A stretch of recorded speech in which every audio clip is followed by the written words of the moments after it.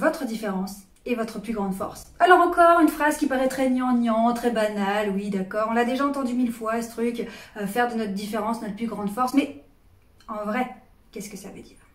Ça veut dire que dans notre société, et ça c'est vraiment un réflexe, on va dire archaïque, c'est quelque chose qu'on traîne depuis la nuit des temps, on a ce besoin vital de s'intégrer à une communauté, à un groupe. Pourquoi? À l'époque de la préhistoire, vous ne pouviez pas survivre tout seul. Et non, vous ne pouviez pas aller chasser, faire la cueillette, entretenir le feu dans la grotte, avoir des enfants, vous défendre contre d'autres tribus ennemies. Bref, c'était impossible de survivre tout seul. Donc, on a dans notre cerveau une partie qui nous pousse à absolument nous faire accepter par le groupe, par la communauté. Et pour ça, on veut être comme les autres, parce que c'est rassurant. Au moins, on se fait accepter, hop, on se fond dans la masse et au moins, on a moins de chances de se faire rejeter.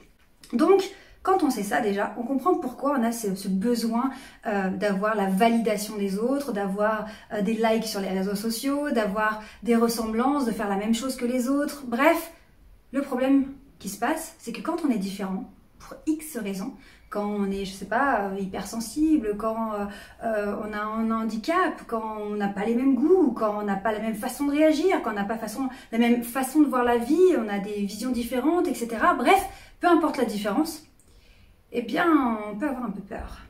On peut avoir peur de ne pas être accepté, peur d'être rejeté, et ça va nous poser fondamentalement un problème d'être différent, puisque on a nos tripes au fond de nous, c'est viscéral, le truc un peu archaïque qui est resté bloqué à la préhistoire, qui nous dit mais non, c'est pas bon.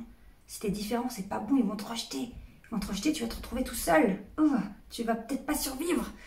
Donc, on n'est pas content. Quand on est différent, on n'aime pas ça.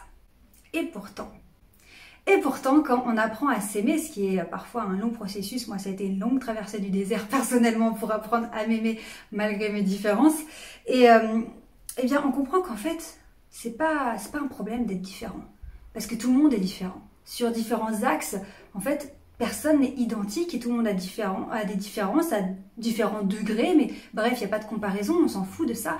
Mais être différent, c'est une vraie richesse. C'est une vraie richesse à condition qu'on sache cultiver ça et qu'on sache s'en servir. Mais d'abord, ça part du mental. Ça part du mental de se dire, ok, je suis peut-être pas exactement comme les autres sur ce plan-là.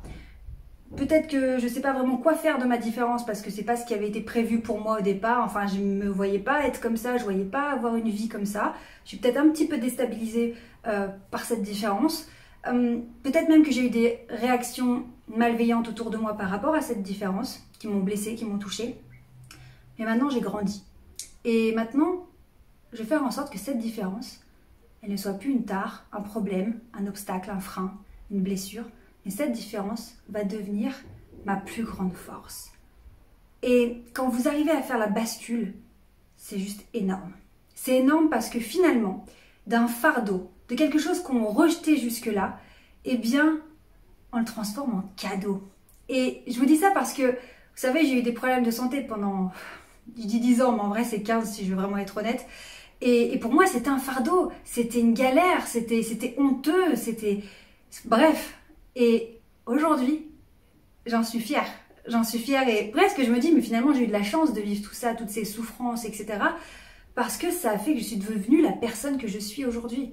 Et si j'arrive à profiter autant de ma vie, être dans l'instant présent et à kiffer comme ça ma vie, c'est parce que j'ai eu cette traversée du désert et autant de souffrances. Donc finalement, ce fardeau, cette horreur que j'ai vécue, eh bien aujourd'hui, avec tout le travail que j'ai réussi à faire sur moi au niveau du mental, du corps, de l'esprit, etc., eh bien, c'est devenu ma plus grande force. Alors, vous m'auriez connue il y a quelques années, j'étais tellement en colère. Jamais j'aurais pu dire ça et jamais j'aurais pu imaginer qu'un jour j'allais dire que mes problèmes de santé, mon isolement, ma solitude, etc., ça deviendrait ma plus grande force. J'étais en colère contre ça, je le rejetais, j'étais pas d'accord, je voulais pas, parce que ça me rendait différente des autres, ça me coupait des autres, ça me demandait de faire des choses que les autres n'avaient pas besoin de faire, et ça me rendait dingue. Et aujourd'hui, finalement, je me dis, ouais, c'était un cadeau. C'est juste que quand j'avais la tête dedans, quand j'étais au fond du gouffre, je me rendais pas compte de ce cadeau, parce que c'était dur. Mais aujourd'hui, j'en suis fière. Donc c'est parti, on lâche rien, prenez bien soin de vous, je vous embrasse très très fort, ciao.